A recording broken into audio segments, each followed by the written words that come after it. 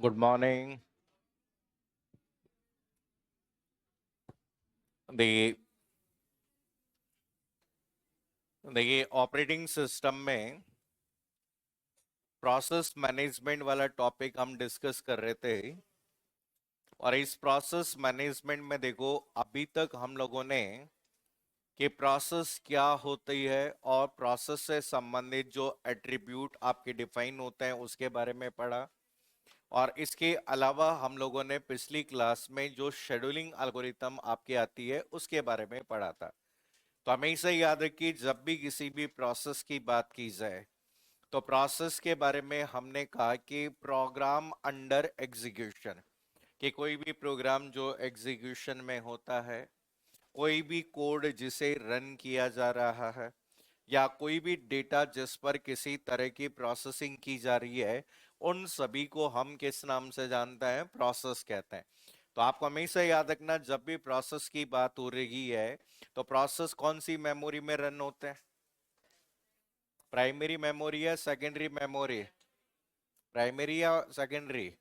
Primary. RAM या रोम में? RAM में। किसमें लोड होती है? रैम में लोड आपकी की जाती है। अब यहां पर इस प्रोसेस से संबंधित हमने कहा कि प्रोसेस से रिलेवेंट जितनी भी इंफॉर्मेशन होती है, उन सभी इंफॉर्मेशन को एक डेटा स्ट्रक्चर के रूप में डिफाइन किया जाता है, जिसे क्या कहते हैं? तो ये प्रोसेस रेलेवेंट जितनी भी इंफॉर्मेशन होती है वो एक डेटा स्ट्रक्चर के द्वारा डिफाइन की जाती है, जिसे क्या कहते हैं? पीसीबी। क्या कहते हैं? पीसीबी। पीसीबी का पूरा नाम क्या होता है? प्रोसेस कंट्रोल ब्लॉक कहते हैं। ठीक है, तो यहाँ पे हम कहते हैं कि जैसे प्रोसेस आईडी हो गई, ठीक है, प्रोग्राम काउंटर हो गया, रजिस्टर हो गया, लिस्ट ऑफ ओपन फाइल्स हो गई, ये सारी जानकारी जो होती है वो प्रोसेस कंट्रोल ब्लॉक में होती है।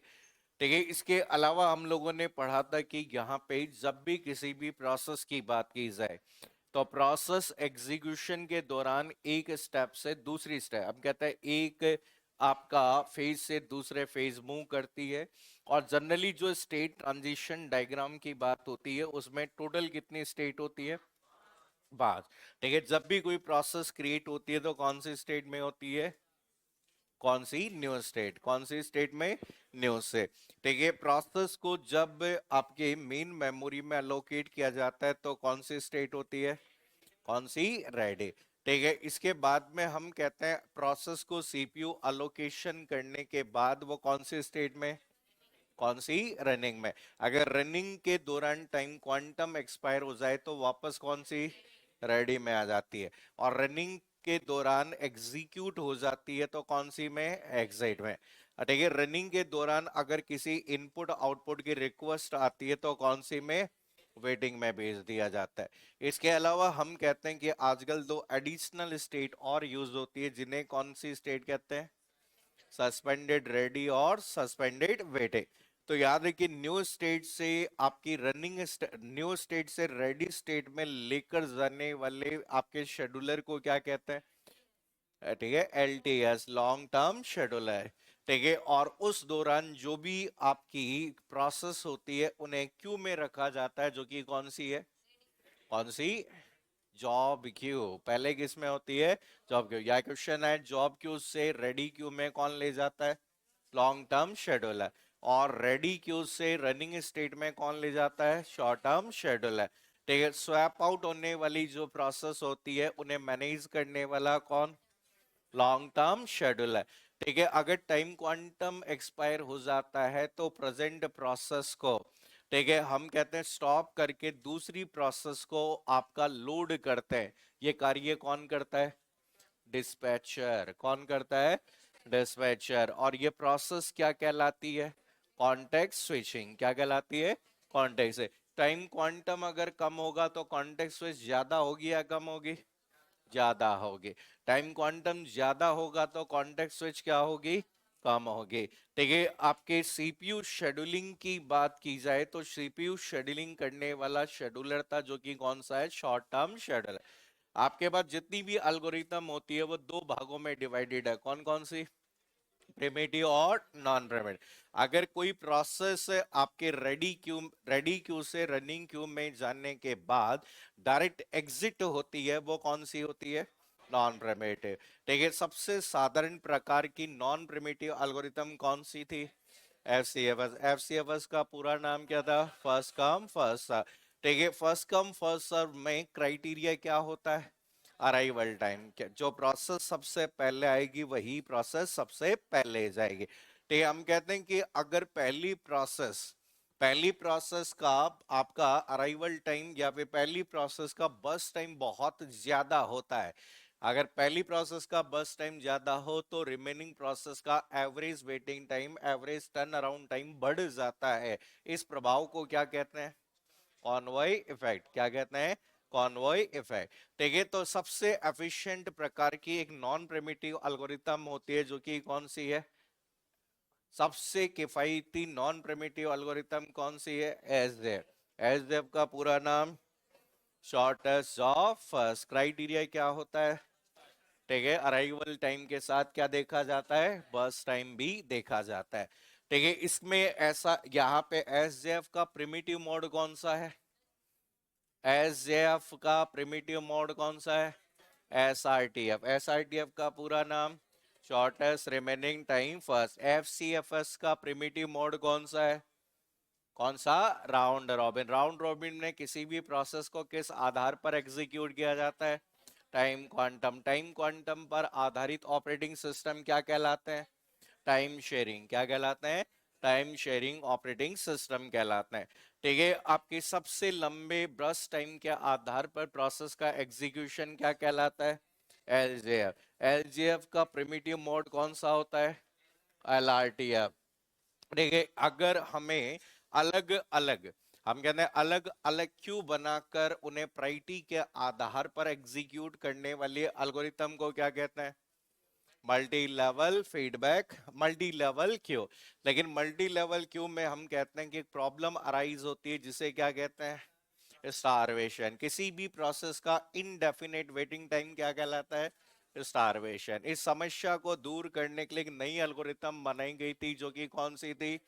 Multi level feedback queue scheduling. अगर एक ही समय पर एक से ज्यादा प्रोसेस अवेलेबल हो, ठीक है, और उन सभी प्रोसेस में से उस प्रोसेस को पहले शेड्यूल किया जाता है जिसका रेस्पॉन्स टाइम सबसे ज्यादा हो, कौन सी एल्गोरिथम होगी? Highest response ratio next. Primitive या नॉन प्रिमिटिव? Non primitive. कौन सी? Non primitive. अब यहां पे देखो, ये तो सब बातें थी जब हम किसी प्रोसेस को एग्जीक्यूट कर रहे हैं। अब आजकल जो सीपीयू यूज करते हैं, क्या जरूरी है कि हर कंप्यूटर में एक ही सीपीयू? एक से ज्यादा सीपीयू होते हैं।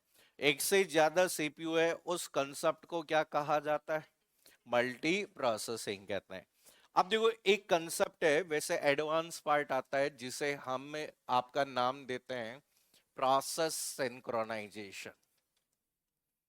ठीक है, अगला जो कंसेप्ट है आपका यूज किया जाता है, जिसे प्रोसेस सिंक्रोनाइजेशन कहा जाता है। देखिए, वैसे तो इससे रेलेवेंट जितने भी क्वेश्चन होते हैं वो गेट और नेट जैसे एग्जाम में बनते हैं, लेकिन एटलीस्ट हमें इसके बारे में पता होना चाहिए।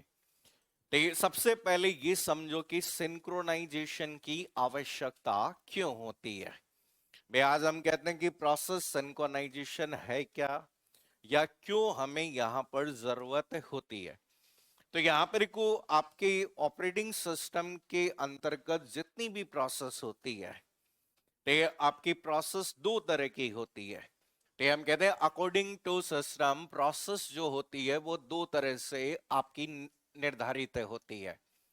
पहली जो प्रोसेस होती है, जिसे आपका क्या कहा जाता है? पहला क्या कहा जाता है? इंडिपेंडेंट। इंडिपेंडेंट का मतलब प्रोसेस कैसी है? स्वतंत्र। ठीक है, हम कहते हैं कि पहली जो प्रोसेस है आपकी, उस प्रोसेस को इंडिपेंडेंट प्रोसेस कहते हैं, जो कि पूरी तरह से स्वतंत्र है। मतलब एग्जीक्यूशन जब भी किसी प्रोसेस का होगा, तो ये एक प्रोसेस के एग्जीक्यूशन से किसी अन्य प्रोसेस के एग्जीक्यूशन पर किसी प्रकार का कोई भी प्रभाव नहीं पड़ता। मतलब हम कहते हैं जब एक प्रोसेस को रन कर रहे हैं तो उसके रन होने से अन्य किसी प्रोसेस पर कोई प्रभाव नहीं पड़ता, तो वो प्रोसेस कैसी मानी जाती है? कैसी मानी जाती है? इंडिपेंडेंट। ठीक है, दूसरी जो प्रोसेस आपकी होती है उसे कहा जाता है कोऑपरेटिव। ठीक है, दूसरी जो प्रोसेस डिफाइन की गई है वो कौन सी है? कोऑपरेटिव। कोऑपरेटिव का मतलब, ठीक है, एक प्रोसेस के एग्जीक्यूशन होने से, ठीक है, अन्य प्रोसेस की एग्जीक्यूशन भी क्या होती है? प्रभावित होती है। मतलब हम कहते हैं कि एक तरह से ऐसे समझो कि जब आपके किसी रिसोर्स को, मान लीजिए आपके पास में कोई भी रिसोर्स है, ठीक है, कोई भी रिसोर्स है और इस रिसोर्स को मल्टीपल पार्ट के बीच में क्या किया गया? शेयर किया गया। ठीक है, जब भी कोई चीज दो लोगों के बीच में शेयर होती है, ठीक है, तो उस आपके केस में प्रोसेस जो होगी, अब हम कहते हैं कि मान लीजिए कोई दो प्रोसेस है P1 और P2। अब ये रिसोर्स आपके इन दोनों के साथ में क्या किया गया है? शेयर किया गया है। तो हम कहते हैं कि P1 के एग्जीक्यूशन होने से, ठीक है, आपके किस पे भी प्रभाव पड़ेगा? P2 पे भी होगा। जैसे फॉर एग्जांपल एक तरीके से हम कहते हैं कि एक प्रोड्यूसर है और दूसरा आपका कौन सा है? कंज्यूमर है। ठीक है, हम कहते हैं कि अब देखो समझो, अगर हम कोई चीज प्रोड्यूस कर रहे हैं, ठीक है, तो वो किसके अकॉर्डिंग कर रहे हैं? कंज्यूमर के। कंज्यूमर जितना कंज्यूम करेगा उतना ज्यादा क्या होगा? प्रोडक्शन होगा। ठीक है, अगर प्रोडक्शन कम हो गया और कंज्यूमर ज्यादा हो गया तो दोनों, हम कहते हैं इसके, इसका और इसका एक दूसरे से क्या कोई लिंक है क्या? हाँ या नहीं बताओ, है या नहीं है? है भाई, जितना हम कहते हैं कि मात्रा, तो ये हम कहते हैं कि इसकी कार्य पर इसको भी प्रभावित करता है। तो सेम कहानी कि एक इंडिपेंडेंट है जो किसी पर भी निर्भर नहीं है, ठीक है, उसकी एग्जीक्यूशन होने पर कोई भी फर्क नहीं पड़ता है, ठीक है, उसे तो इंडिपेंडेंट कहते हैं। ठीक है, आपके, क्योंकि आपके पास में देखो एक कंसेप्ट होता है जो कि कौन सा कंसेप्ट है? कौन सा कंसेप्ट है? Multi processor.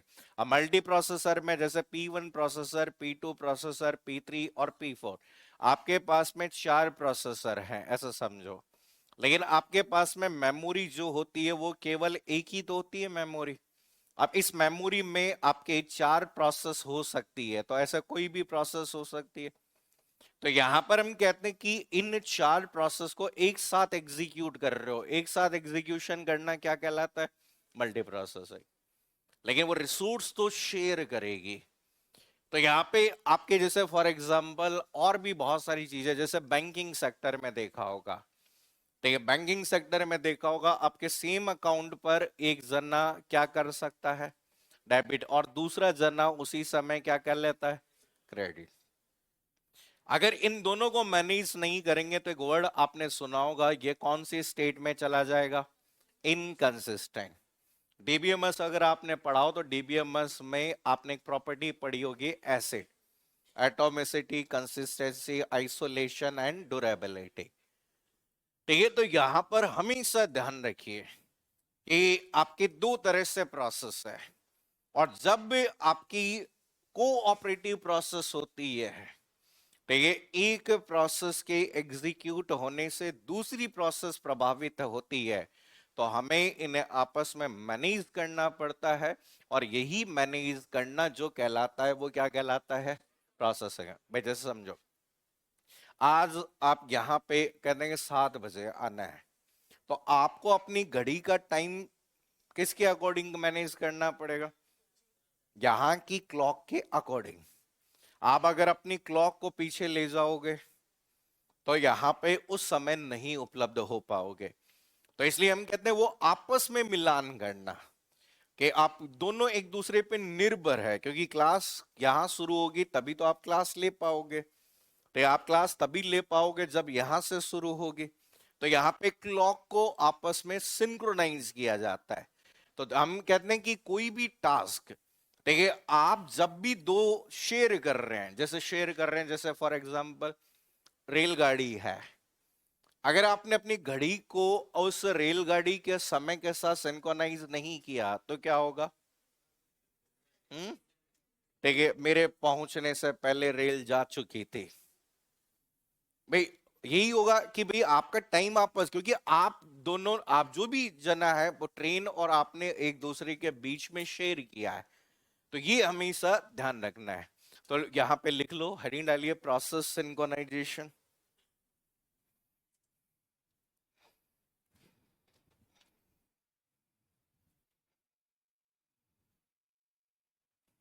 प्रोसेस सिंक्रोनाइजेशन, इसमें इंडिपेंडेंट, इंडिपेंडेंट में एक वर्ड लिख लो, इंडिपेंडेंट प्रोसेस में लिखिए।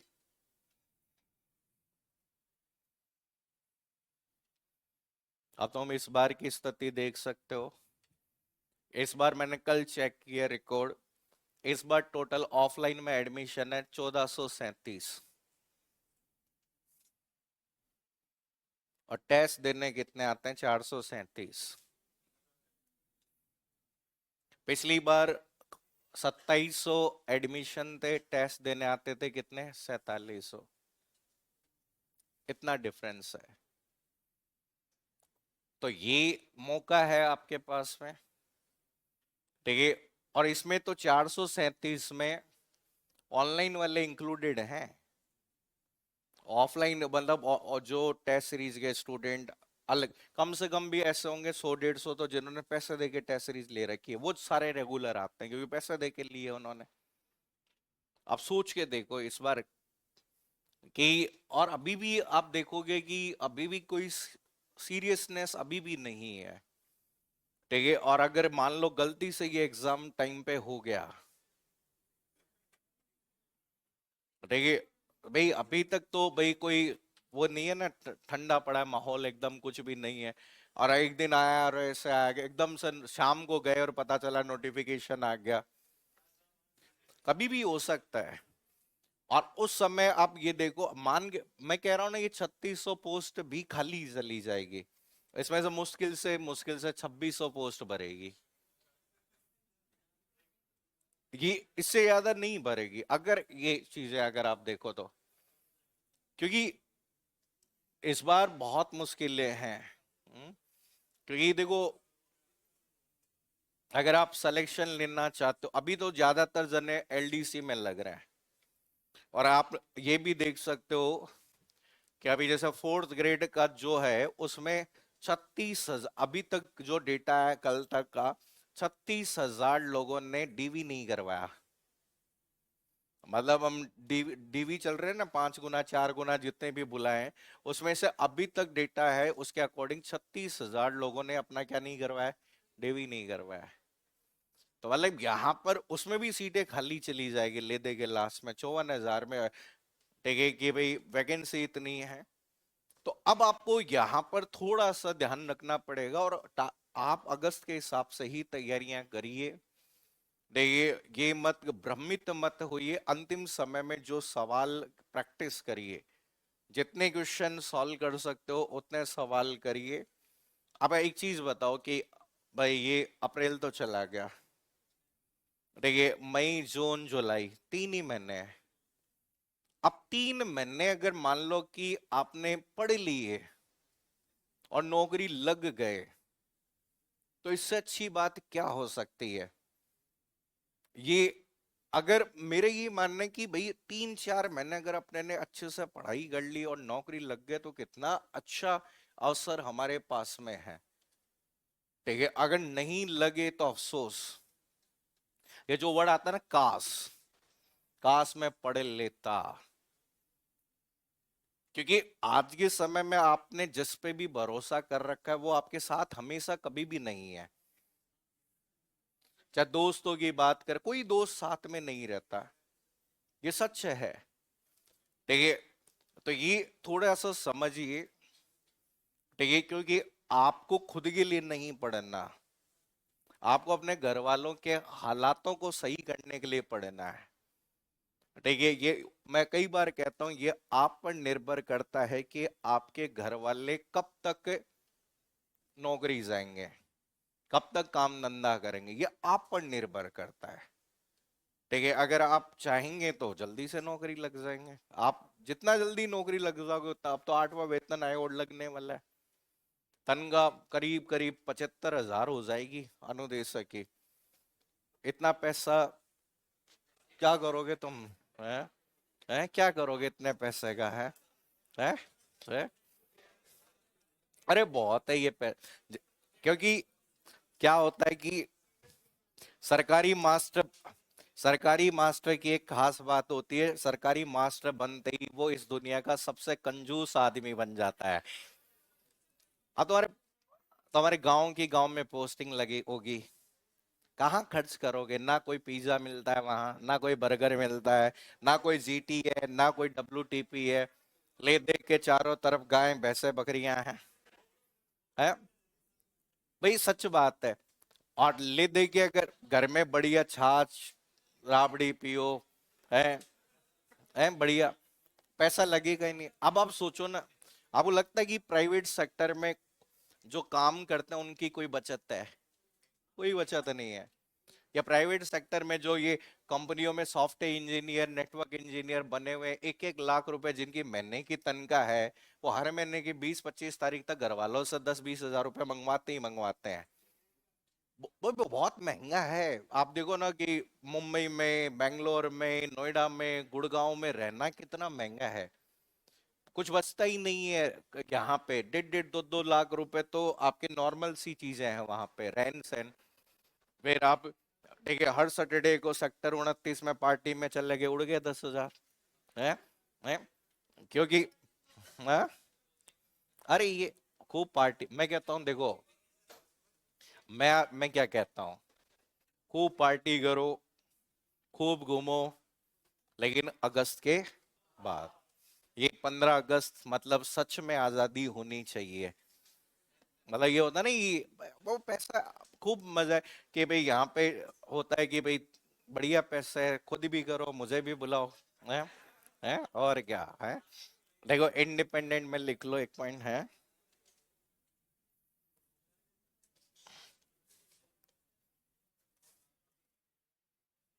एक प्रोसेस के एक प्रोसेस के एग्जीक्यूशन,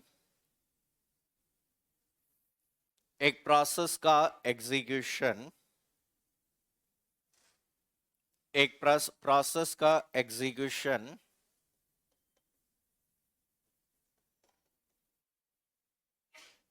अन्य प्रोसेस के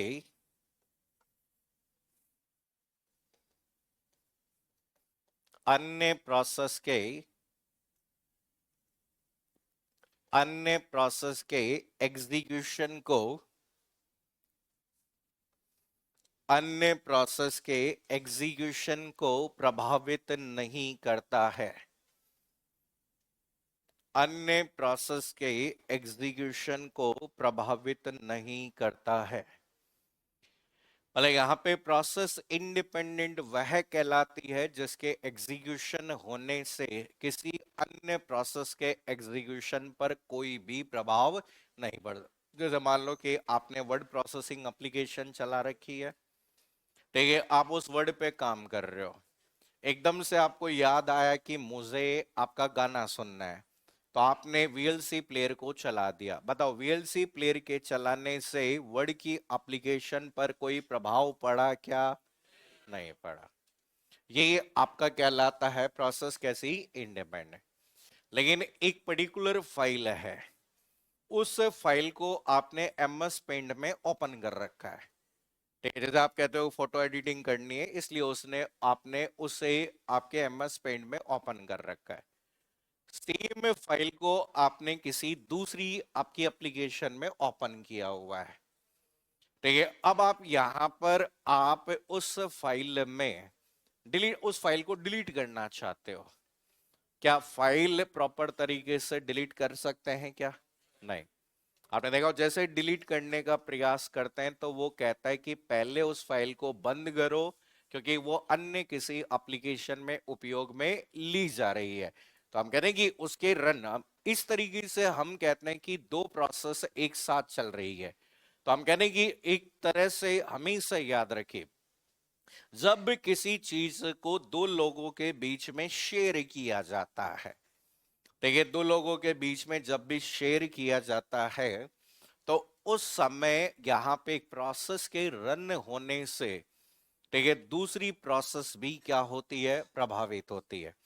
कि हमें हमेशा हम कहते हैं भाई सीधी सी कहानी, आज घर वाले आपको जैसे पैसे देंगे तो उनकी इनकम पे भी क्या पड़ेगा, प्रभाव पड़ेगा। भाई इधर ज्यादा खर्चे होंगे तो उधर कम बचत होगी, या फिर उधर ज्यादा इनकम होगी तो आपको ज्यादा खर्चा मिलेगा। तो ये दोनों एक दूसरे पर क्या है, डिपेंडेंट है। तो यहाँ पे एक प्रोसेस के एग्जीक्यूशन होने से दूसरी प्रोसेस, अगर दूसरी प्रोसेस का एग्जीक्यूशन प्रभावित होता है तो वो कौन सी कहलाती है, कोऑपरेटिव प्रोसेस। तो लिखिए, एक महान नायक है, 6 महीने से डीए से पढ़ना है इसको। और जिसको डी, मैंने कहा ना कि एक सबसे बड़ी बीमारी है ऑनलाइन में, जो सब्जेक्ट चल रहा होता वो नहीं पढ़ना। अब ऐसे क्या होगा, डीए से चालू हो जाएगा तो ओएस कब चलेगा। और जब को जिसको पढ़े, ऑनलाइन में मैंने क्या सुविधा दे रखी है, सारी क्लास रिकॉर्डेड दे रखी है। जिसको लगे कि मैं शक्तिमानों सुबह से लेकर शाम तक बैठकर 24 घंटे पढ़कर सारे कोर्स एक दिन में कर लो, है क्यों, लाइव के चक्कर में क्यों पढ़ना, रिकॉर्डेड पढ़ लो। भाई जिसको लगे कि साहब जल्दी है, मेरे को बहुत जल्दी है, और डी से जब पढ़ोगे, डी से जब क्लास होगी तो आधे सोचेंगे कि कौन सी दुनिया में आ गए।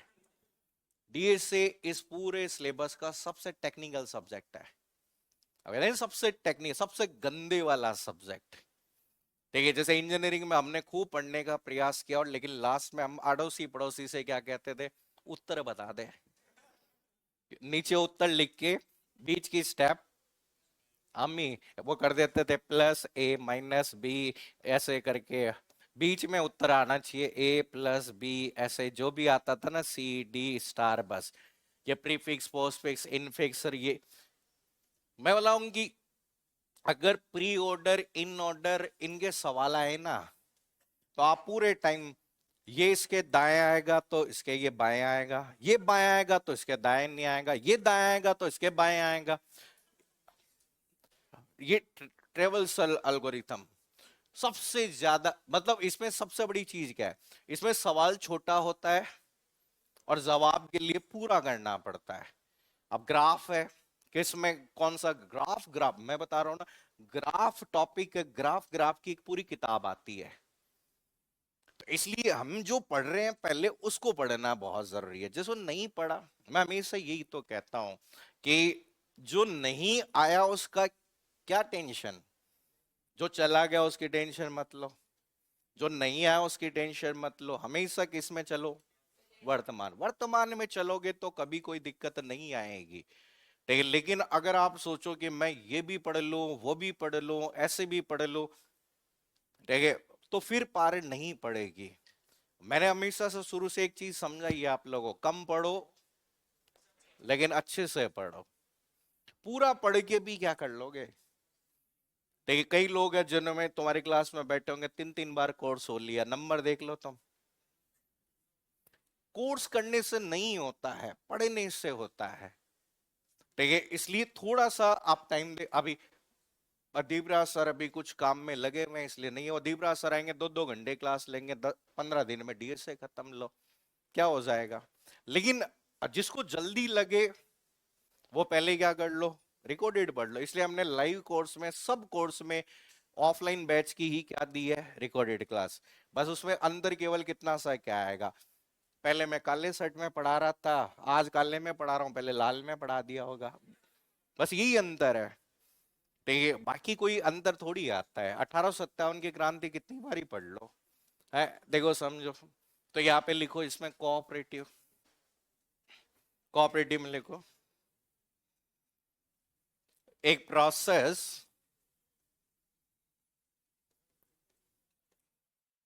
एक प्रोसेस, एक प्रोसेस जो, एक प्रोसेस जो अन्य प्रोसेस को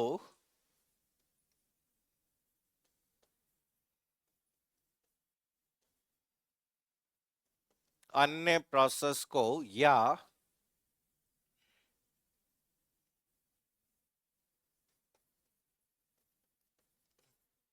या अन्य प्रोसेस के द्वारा,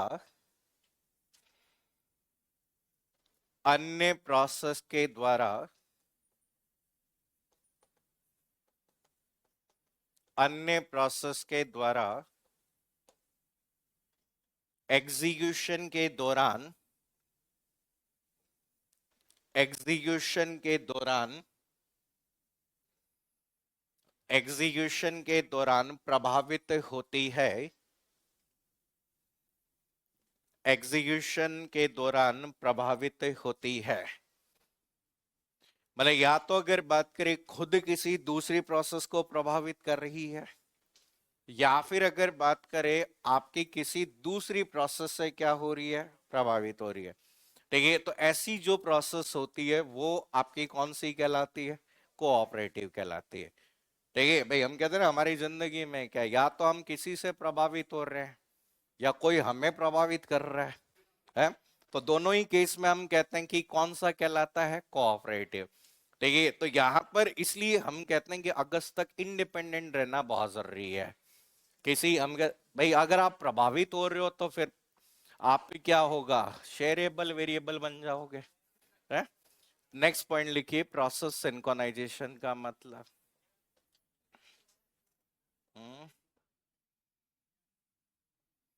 प्रोसेस सिंक्रोनाइजेशन,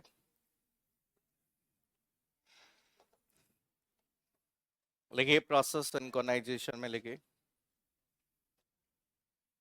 यह है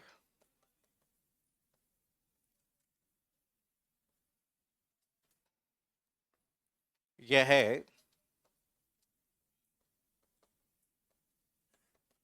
ऑपरेटिंग सिस्टम में,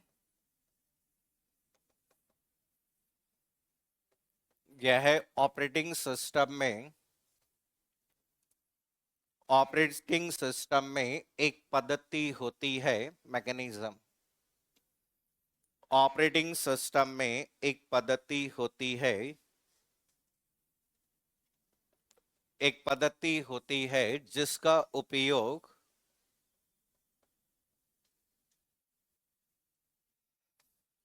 जिसका उपयोग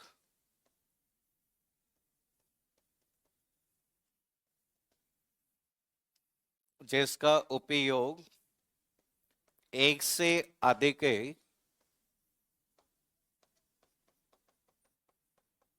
एक से अधिक प्रोसेस,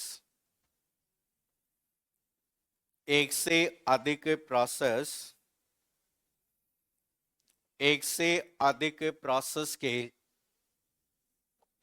एक से अधिक प्रोसेस के एग्जीक्यूशन को, एग्जीक्यूशन को मैनेज करने हेतु,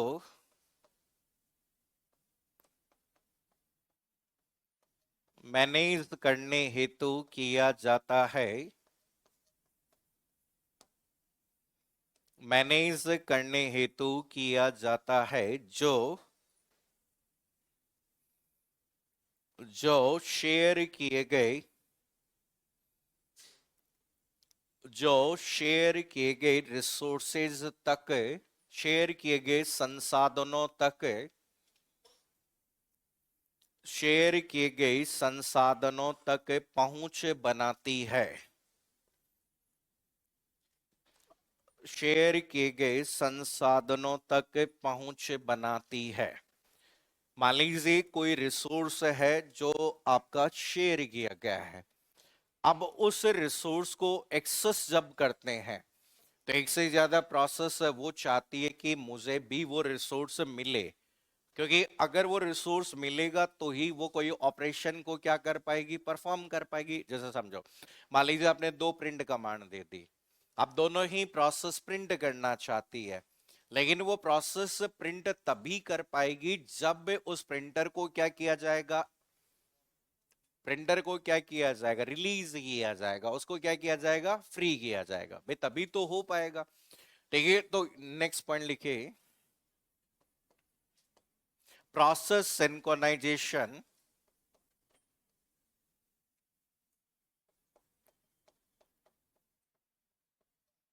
प्रोसेस सिंक्रोनाइजेशन का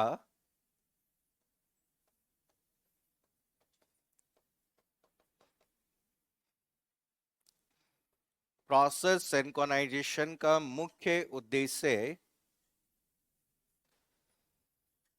मुख्य उद्देश्य मुख्य उद्देश्य डेटा डेटा कंसिस्टेंसी को, ये वर्ड आपने डीबीएमएस में सुना होगा, डेटा कंसिस्टेंसी को, डेटा कंसिस्टेंसी को सुनिश्चित करना, डेटा कंसिस्टेंसी को सुनिश्चित करना, ये वर्ड आगे डिटेल में पढ़ेंगे। रेस कंडीशन को, रेस कंडीशन को, रेस कंडीशन को दूर करना, रेस कंडीशन को दूर करना तथा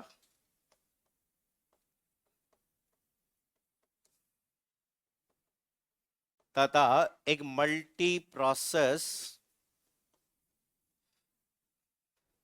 तथा एक multi process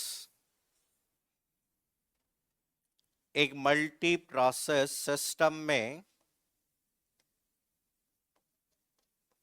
multi process system में डेडलॉक को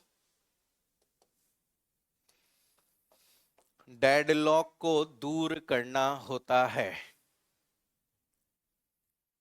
डेडलॉक को दूर करना होता है, डेडलॉक को दूर करना होता है। देखिए यहां पे जब भी आपके इंटर प्रोसेस कम्युनिकेशन होता है, मतलब यहाँ पे आपके दो प्रोसेस आपस में एक दूसरे के बीच में कम्युनिकेट कर रही है, तो उसे हम किस नाम से जानेंगे? Inter process communication. अब ये जो इंटर प्रोसेस कम्युनिकेशन होता है उसमें जनरली टोटल कितनी आपकी प्रॉब्लम्स अराइज होती है? 3। पहली प्रॉब्लम कौन सी है? इनकंसिस्टेंसी। ठीक है, आपके इनकंसिस्टेंसी। दूसरी कौन सी? Race condition. और तीसरी कौन सी? डेडलॉक। ठीक है, तो यहां पे देखो आपका नेक्स्ट जो पॉइंट आपको यहां पे कहा जाता है कि प्रॉब्लम्स, ठीक है, with inter process communication, inter process communication. ठीक है, inter process communication. Inter process का मतलब होता है दो प्रोसेस एक दूसरे से कम्युनिकेट कर रही है। तो यहां पे आपकी कौन कौन सी समस्याएं आ सकती है, देखो समझो। तो पहली समस्या मैंने आपको बताई कि पहली समस्या होती है, वो कौन सी होती है? कौन सी? इनकंसिस्टेंसी। क्या हम कहते हैं कि 3 मेजर प्रॉब्लम होती है। इनकंसिस्टेंसी हो सकती है, या फिर अगर बात करें कई बार आपका वर्ड यूज हो जाता है कौन सा? Loss of data. ठीक है, और तीसरा जो पार्ट आपकी प्रॉब्लम हो सकती है जिसे हम कौन सा कह सकते हैं? डेडलॉक। तो हमें इसे याद रखिए कि ये 3 मेजर इश्यू, ठीक है, यहां पर हो सकते हैं जब आपकी इंटर प्रोसेस कम्युनिकेशन आपका होता है कि दो प्रोसेस म्यूचुअली एक दूसरे के बीच में इंफॉर्मेशन शेयर कर रही है। तो इनकंसिस्टेंसी का मतलब क्या है? अगर प्रॉपर तरीके से सिंक्रोनाइजेशन नहीं किया जाए और मान लीजिए दो एप्लीकेशन सेम टाइम पर आपके डेटा को क्या कर रही है? शेयर कर रही है। ठीक है, तो इसलिए हम कहते हैं कि अगर प्रॉपर तरीके से वहां सिंक्रोनाइजेशन नहीं किया गया तो उस केस में हो सकता है कि आपका इनकंसिस्टेंट डेटा हो सकता है। जैसे समझो कि अगर आप किसी डेटाबेस में क्या कर रहे हो? डेबिट। क्या आप किसी डेटाबेस में क्रेडिट कर रहे हो, तो उसके अकॉर्डिंग क्या डेटाबेस में डेटा अपडेट होना चाहिए? हाँ या नहीं? क्या? अब मान लीजिए आपने अगर डेटाबेस की कहानी क्रेडिट किया लेकिन अपडेट नहीं हुआ, क्योंकि सेम टाइम पर अगर कोई और उसमें क्या कर रहा था? अपडेट कर रहा था। तो ये इसलिए अगर आप लोग देखेंगे तो डीबीएमएस में एक टॉपिक आता है ट्रांजैक्शन मैनेजमेंट। ठीक है, एक टॉपिक आता है ट्रांजैक्शन मैनेजमेंट। ठीक है, जो भी ट्रांजैक्शंस होते हैं उन सभी ट्रांजैक्शंस को आपका सही तरह से परफॉर्म करना, और उस ट्रांजैक्शन को मैनेज करने के लिए हमने पढ़ा होगा आपकी चार प्रॉपर्टीज को यहां पर डिफाइन किया जाता है। ठीक है, ए का मतलब होता है एटॉमिसिटी, एटॉमिक मैनर, मतलब एक समय में केवल एक ही ऑपरेशन क्या होना चाहिए, परफॉर्म होना चाहिए। ठीक है, दूसरा है आपका कंसिस्टेंसी। कंसिस्टेंसी का मतलब डेटाबेस पर किसी ऑपरेशन को होने के बाद डेटाबेस उसी अवस्था में होना चाहिए जैसी अवस्था में वो था। अगर आपने डेटाबेस को सही तरह से ट्रांजैक्शन परफॉर्म नहीं किया तो वो इनकंसिस्टेंट कहलाता है। ठीक है, तीसरा जो पार्ट आता है जिसे क्या कहते हैं, आइसोलेशन। ठीक है, आइसोलेशन का मतलब, आइसोलेशन का मतलब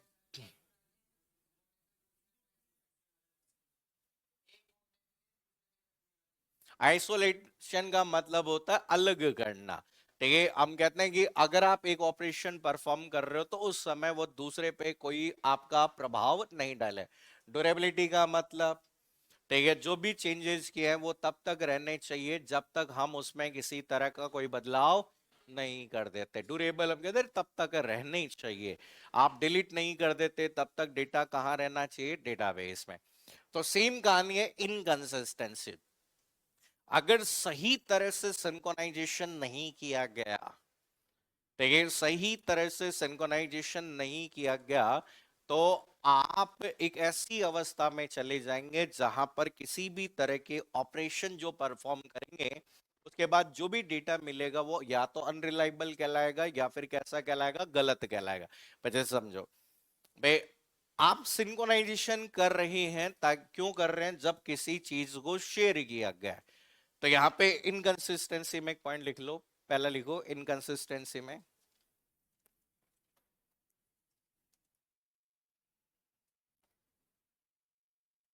इनकंसिस्टेंसी लिखिए इसमें, जब दो या दो से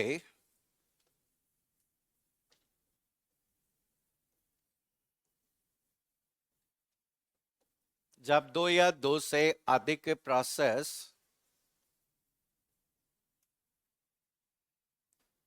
दो या दो से अधिक प्रोसेस शेयर किए गए डेटा को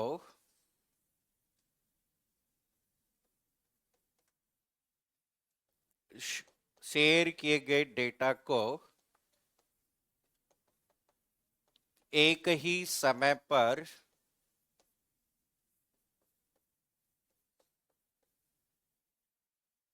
एक ही समय पर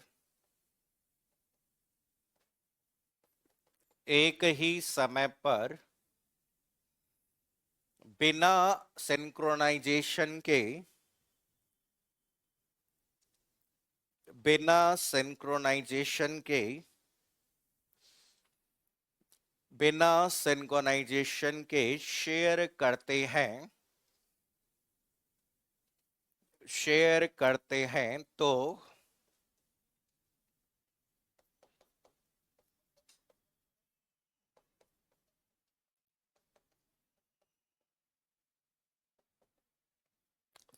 डेटा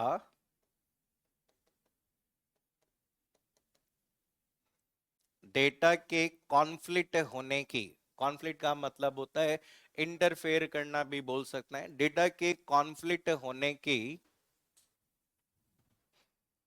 डेटा के कॉन्फ्लिक्ट होने की संभावना होती है।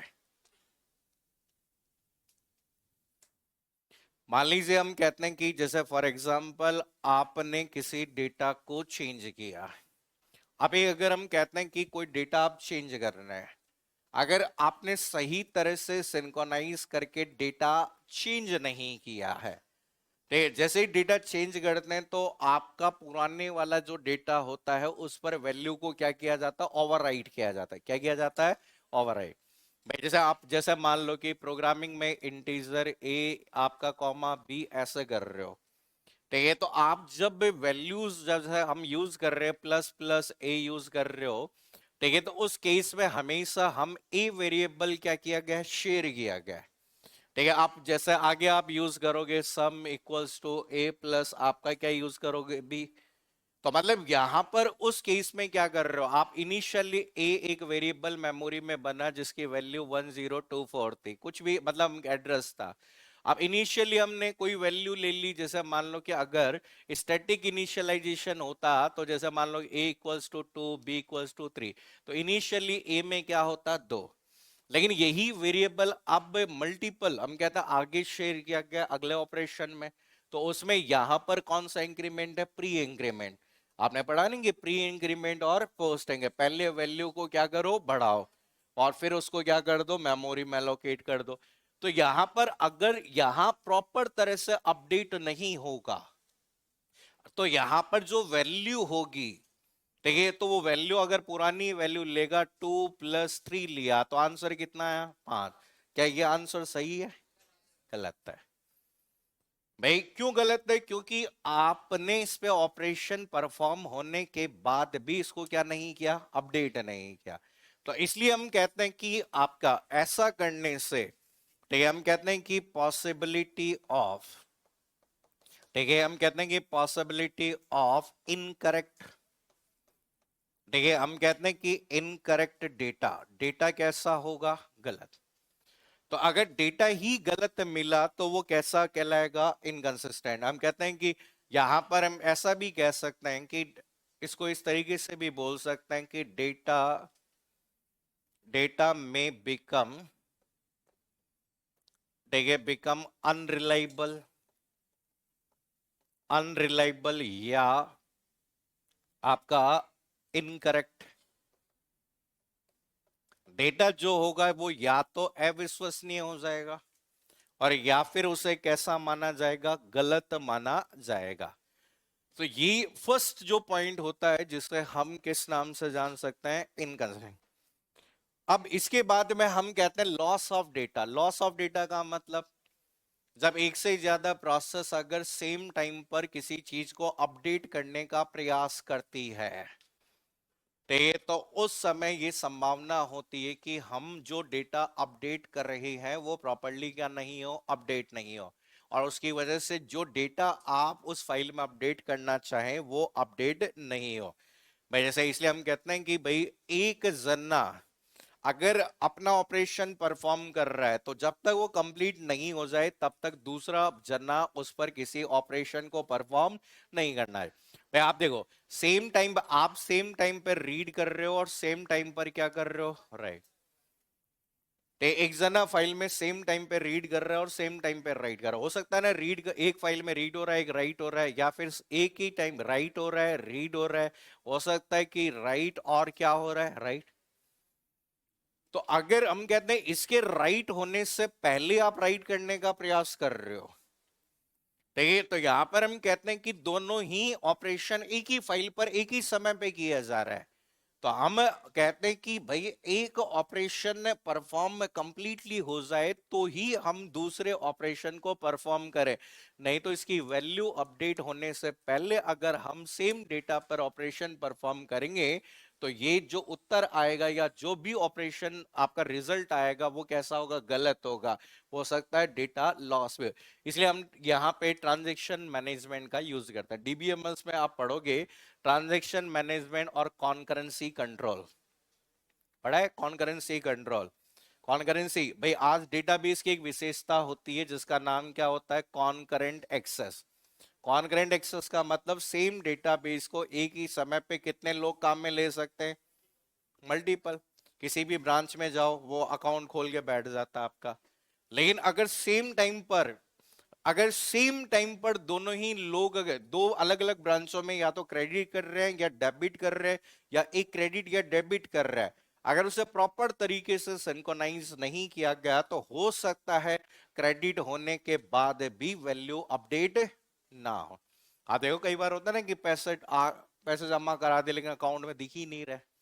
इसलिए इसको करने के लिए आपने देखा होगा डीसीएल, डेटा कंट्रोल, यहाँ पे सॉरी ट्रांजैक्शन कंट्रोल लैंग्वेज, ठीक है, जिसमें दो आपके यहां पर, ठीक है, इसमें दो कमांड आपने पढ़ी होगी। एक कमांड पढ़ी होगी कमिट, और दूसरी कमांड कौन सी होती है? Roll back. पढ़िए डीबीएमएस में। कमिट का मतलब अगर ट्रांजैक्शन सक्सेसफुली हो गया तो क्या कर दो? कमिट। और मीनवाइल अगर ट्रांजैक्शन फेल हो गया तो उसे वापस क्या कर दो? रोल बैक, ताकि डेटाबेस इनकंसिस्टेंट स्टेट में ना जाए। तो ये आपके यहां पर होता है, तो इसलिए लॉस ऑफ डेटा की भी संभावना है। तो लिख लो लॉस ऑफ डेटा में, लॉस ऑफ डेटा का लॉस,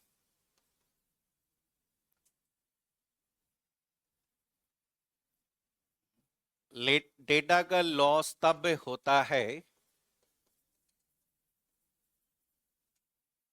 डेटा का लॉस तब होता है जब, जब एक से अधिक प्रोसेस,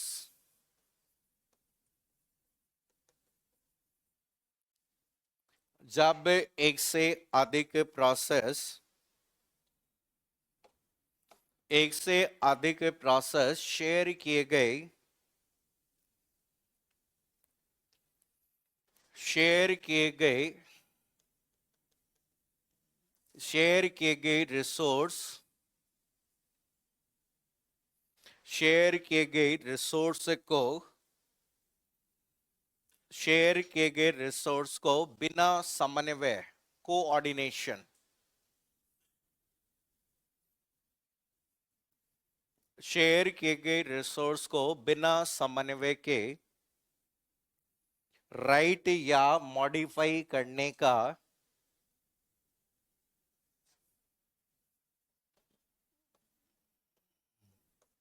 राइट या मॉडिफाई करने का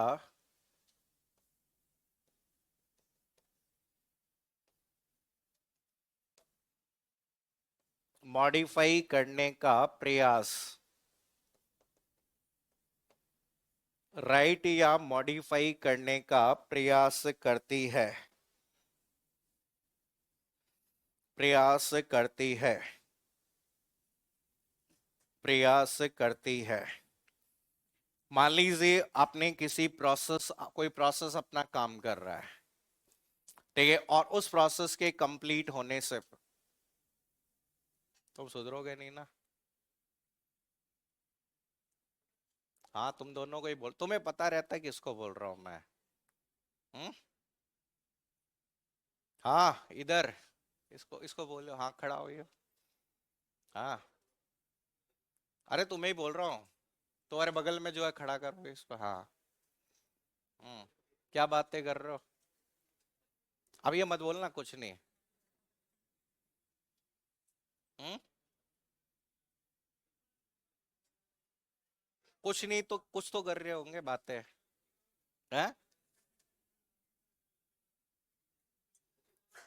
भाई, कितनी देर होगी तुम्हें? 1 घंटे से ऊपर हो गया बातचीत करते हुए, हैं? हम्म। ऐसी कौन सी गहन चर्चा चल रही है तुम्हारी, हैं?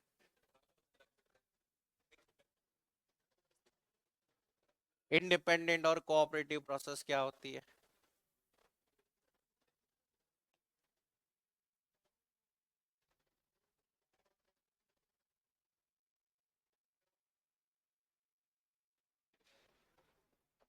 बहुत अच्छा काम किया, तुम मुस्कुरा और रहे हो उत्तर नहीं बता के। हम्म।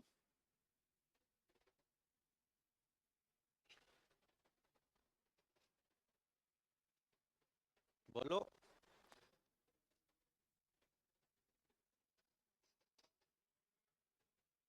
अब दोनों में फर्क है, देखो मेरे में और बाकी में। सब ये बोलते हैं कि सर हम में क्या मतलब है, कौन बातें करता है, हमें तो पढ़ाने के 1 घंटे के पैसे मिलते हैं, पढ़ा के आ जाते हैं। और मेरे में फर्क है, मैंने पैसे लिए तो मैं पास करवाने की भी सोचता हूँ। दोनों में डिफरेंस है। ठीक है, अब तुम बातें करोगे तुम्हारा नुकसान होगा। हम्म। अब क्लास में भी आए हो, फिर बातें भी, इतनी भरी दोपहर के अंदर तुम आए हो, ये सोचो है भाई। अभी थोड़ी सी तो समझो ये, तेरे को भी नहीं आता होगा। हाँ, नहीं आता ना।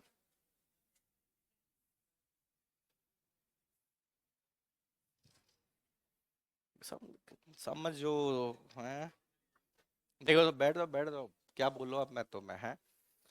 तो यहाँ पे देखो एक जैसे फॉर एग्जांपल आप लोग देखिए, जैसे कई बार आप लोगों ने देखा होगा कोई प्रोसेस है, अब आप कोई काम उस पे कॉपी कर रहे हो, जैसे ऐसे समझो किसी फाइल पे कॉपी कर रहे हो और आपने उसको बीच में बंद कर दिया, क्या फाइल में डेटा प्रॉपर तरीके से कॉपी होगा? नहीं होगा।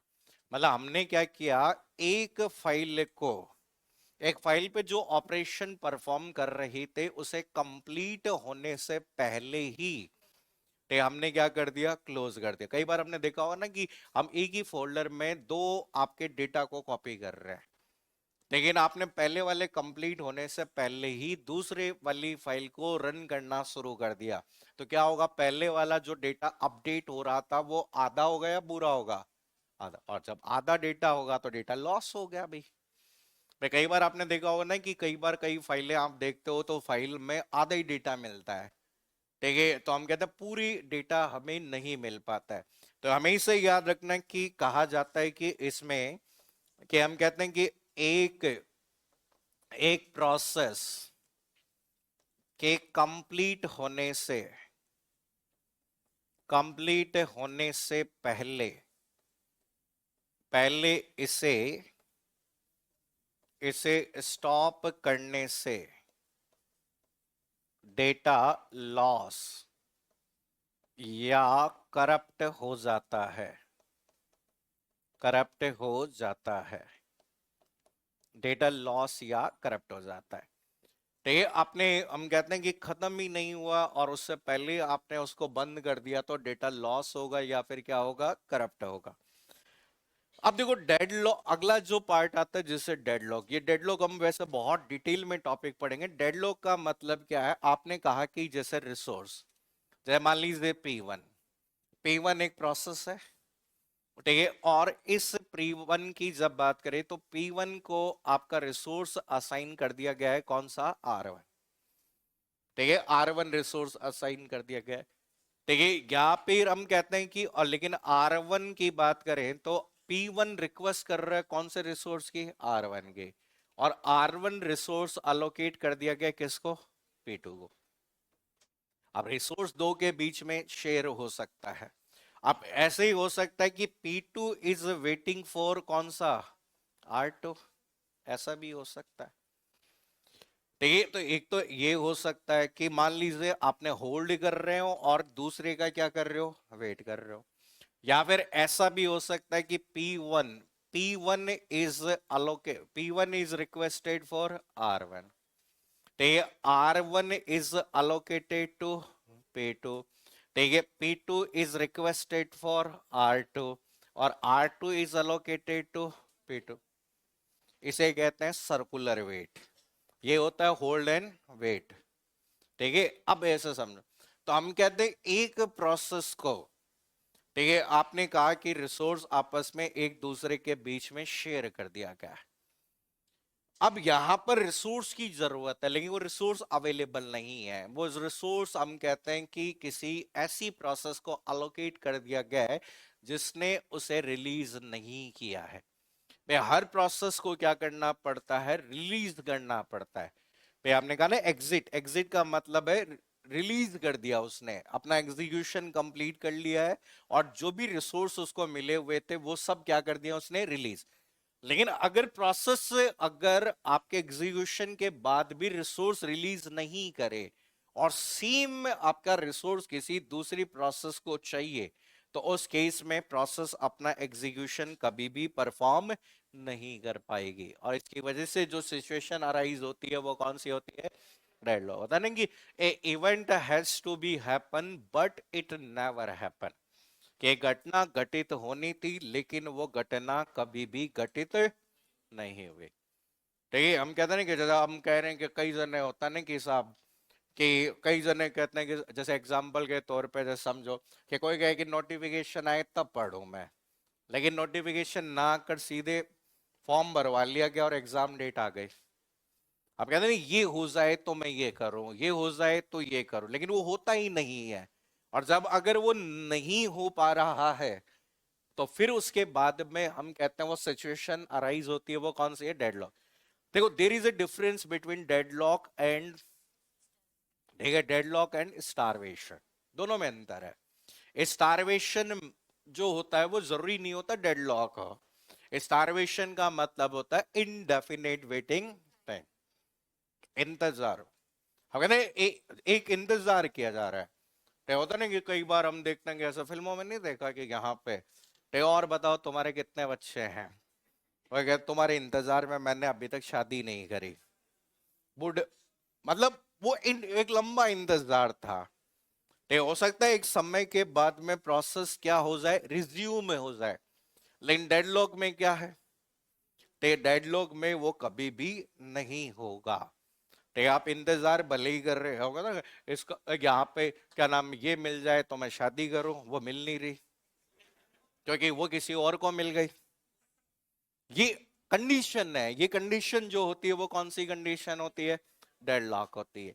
तो यहां पर ये अगर सही तरह से सिंक्रोनाइजेशन नहीं करोगे, प्रोसेस का प्रॉपर तरीके से सिंक्रोनाइजेशन नहीं होगा, तो it may be possibility of deadlock. तो इसमें लिख लो डेडलॉक, बाकी डिटेल में आगे पढ़ेंगे डेडलॉक क्या होता है। डेडलॉक में सही तरह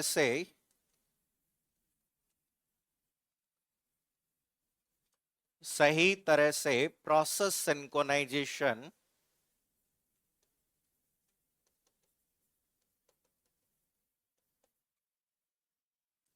सही तरह से प्रोसेस सिंक्रोनाइजेशन नहीं होने पर,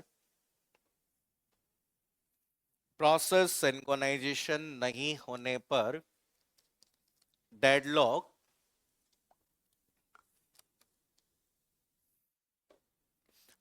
डेडलॉक डेडलॉक की समस्या होती है। डेडलॉक की समस्या होती है जिसका अर्थ यह है कि,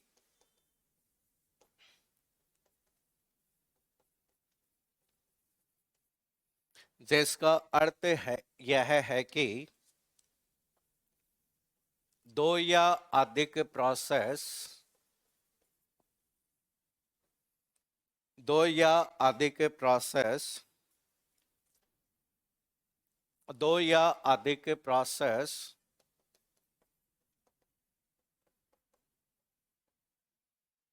दो या अधिक प्रोसेस एक प्रोसेस, एक संसाधन,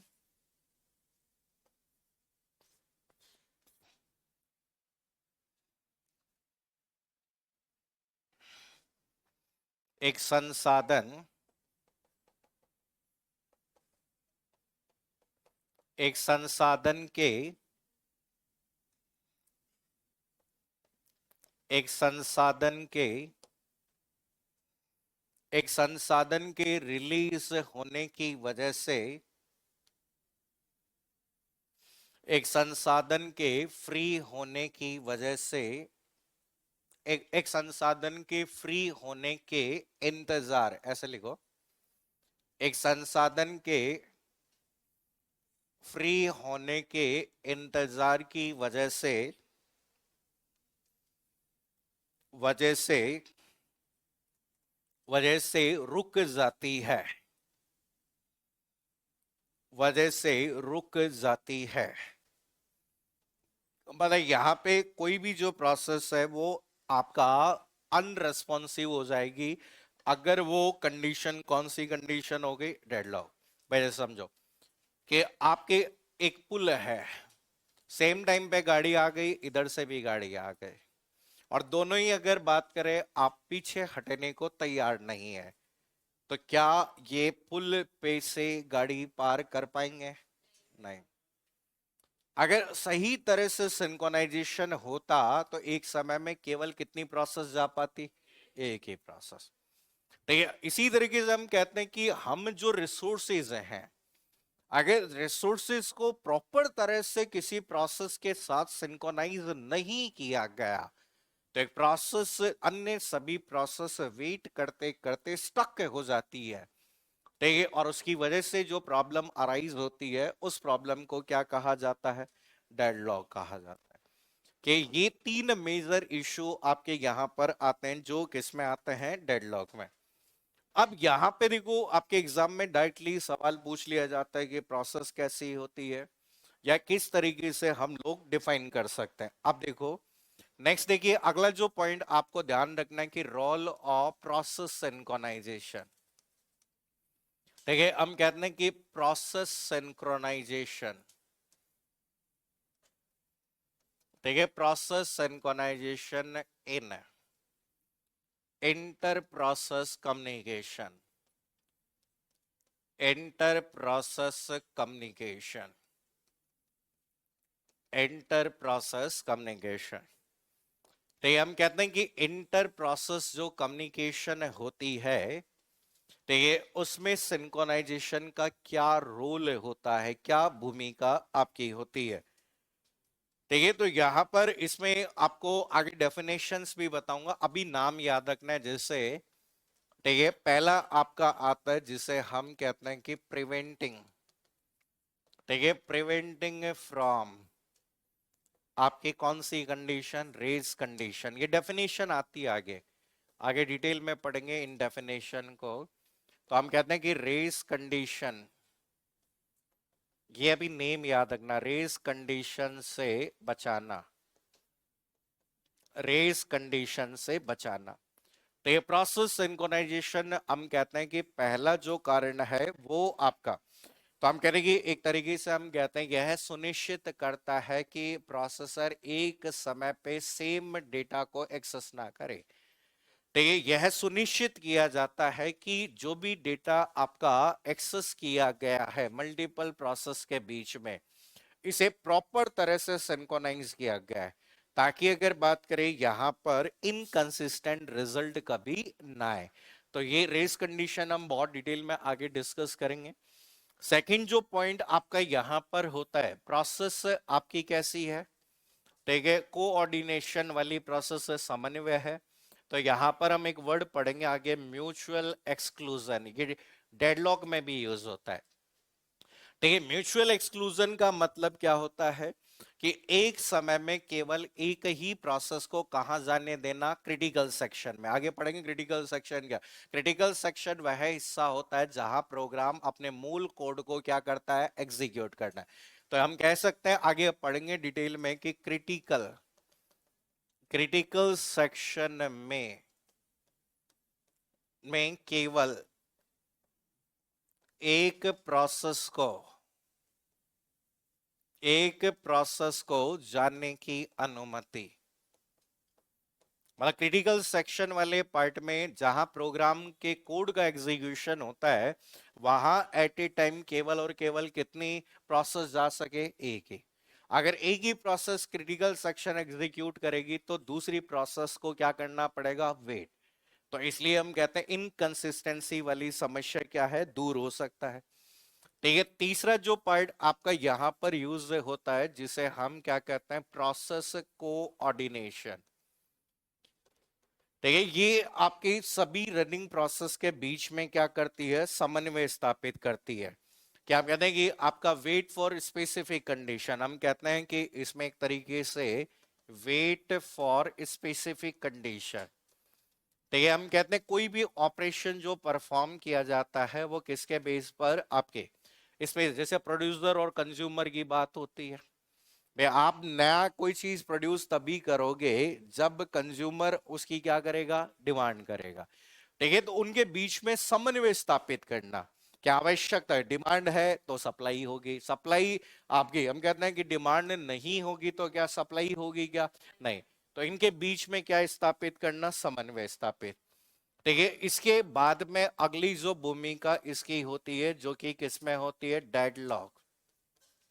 ठीक है, हम कहते हैं डेडलॉक प्रिवेंटेशन। ठीक है, अगला जो पार्ट होता है जिसे डेडलॉक प्रिवेंटेशन कहा जाता है। ठीक है, हम कहते हैं कि आप इस तरीके की कंडीशन बना दें कि कभी भी सर्कुलर वेट ना हो। देखो डेडलॉक की नेसेसरी चार कंडीशन होती है, आगे आप पढ़ोगे। ठीक है, डेडलॉक की चार नेसेसरी कंडीशन होती है, कौन कौन सी। पहली होती है म्यूचुअल एक्सक्लूजन, दूसरा होता है होल्ड एंड वेट, तीसरा कौन सा होता है आपका सर्कुलर वेट। देखिए अगर किसी सिस्टम में ये है तो मतलब सिस्टम में हमें क्या होगा, डेडलॉक। अगर आप इसे मेंटेन कर लें, अगर आप इसको दूर कर लें, कि अगर हम कहें कि आपके किसको वेट कर लें, जैसे हम कहते हैं कि हम कहते हैं अवॉइड, ठीक है, अवॉइड आपका कौन सा, सर्कुलर वेट। ठीक है, सर्कुलर वेट में ही होल्ड एंड वेट होता है। तो अगर आप सर्कुलर वेट को ही दूर कर दें, ऐसी कोई सिचुएशन ही नहीं आने दें जहां प्रोसेस सर्कुलर मैनर में एक दूसरे पर वेट करे, तो आप किसको दूर कर सकते हैं, डेडलॉक को दूर कर सकते हैं। आप कहते हैं कि आपके उस प्रोसेस को ब्लॉक कर दो जो आपके किसी प्रोसेस को किस में लेकर आ रही है, सर्कुलर वेट। अगर ऐसा आप कर दोगे तो कभी भी आपके सिस्टम में क्या नहीं होगा, डेडलॉक नहीं होगा। ठीक है, इसके अलावा इसकी भूमिका होती है किसमें, सेफ कम्युनिकेशन। ठीक है, दो प्रोसेस के बीच में आपका सेफ कम्युनिकेशन आपका होता है। मतलब यहां पे हम कहते हैं कि एक तरीके से कहा जाता है कि एक सही क्रम में, आप कहते हैं कि सही आपके ऑर्डर में डेटा डेटा प्रदान करना। अगर डेटा सही क्रम में आएगा तो कभी भी इनकंसिस्टेंसी नहीं होगी। तो यहां पर हम कह सकते हैं ये आपका यूज किया जा सकता है। इसके अलावा एक और पार्ट आप कह सकते हैं जिसमें क्या कह सकते हैं, फेयरनेस। ठीक है, फेयरनेस का मतलब यहां पर क्या होता है, ठीक है, आपके हर प्रोसेस को अनुमति देना, किसको, एक्सेस करने की, रिसोर्स को। अगर सबको सही तरह से अनुमति दोगे तो ये आपके किसको दूर करेगा, प्रिवेंट किसको दूर कर देगा, किसको दूर कर देगा, स्टारवेशन। अगर सभी को किसी रिसोर्स को समान रूप से उपयोग करने की अनुमति होगी, क्या स्टारवेशन होगा, नहीं होगा। भाई जैसे आज हम देखो राउंड रॉबिन में टाइम क्वांटम है, तो हर प्रोसेस को क्या मिलता है, टाइम क्वांटम। अगर सबको समान रूप से सेम टाइम क्वांटम मिलेगा तो क्या कभी स्टारवेशन की समस्या आएगी, नहीं आएगी।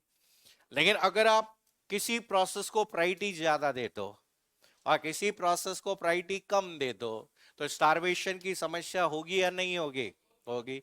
जहां जहां हमने बस टाइम देखा, बस टाइम को प्रायोरिटी दे दी, प्रायोरिटी को हम कहते हैं ज्यादा प्रायोरिटी वाले को पहले दे दिया, हाई प्रायोरिटी वाली क्यू को पहले कर दिया। ठीक है, तो यहां पर हमेशा किसकी दिक्कत आई, स्टारवेशन। हमने पिछली क्लास में बहुत सारे एल्गोरिथम देखी थी जिसमें ज्यादातर एल्गोरिथम में स्टारवेशन की समस्या होती है। मैं आज हम कहते हैं कि अगर किसी एक पर्टिकुलर प्रोसेस को ज्यादा प्रायोरिटी दे दी जाएगी तो रिमेनिंग प्रोसेस का वेटिंग टाइम बढ़ जाएगा, और हो सकता है वो वेटिंग टाइम इनडेफिनेट, और इनडेफिनेट होगा तो वो कैसा कहलाएगा, स्टारवे। तो इन सब में भूमिका होती है किसकी, आपकी सिंक्रोनाइजेशन। अगर सही तरह से सिंक्रोनाइज किया जाए तो कभी भी क्या नहीं होगा। ठीक है, ये सारी प्रॉब्लम जो आपकी तीन प्रॉब्लम थी, कौन कौन सी प्रॉब्लम थी, डेडलॉक की, डेटा के लॉस होने की, और तीसरा कौन सा, इनकंसिस्टेंसी। इन तीनों को क्या किया जा सकता है, दूर किया जा सकता है। ठीक है, अभी तक जो डिस्कस किया उसमें कोई दिक्कत हो, कोई डाउट हो तो पूछो, बताओ जल्दी। हाँ, अरे बताओ। है, चलिए इसी को कल हम आगे कंटिन्यू करेंगे, कल डेडलॉक टॉपिक भी हम शुरू करेंगे।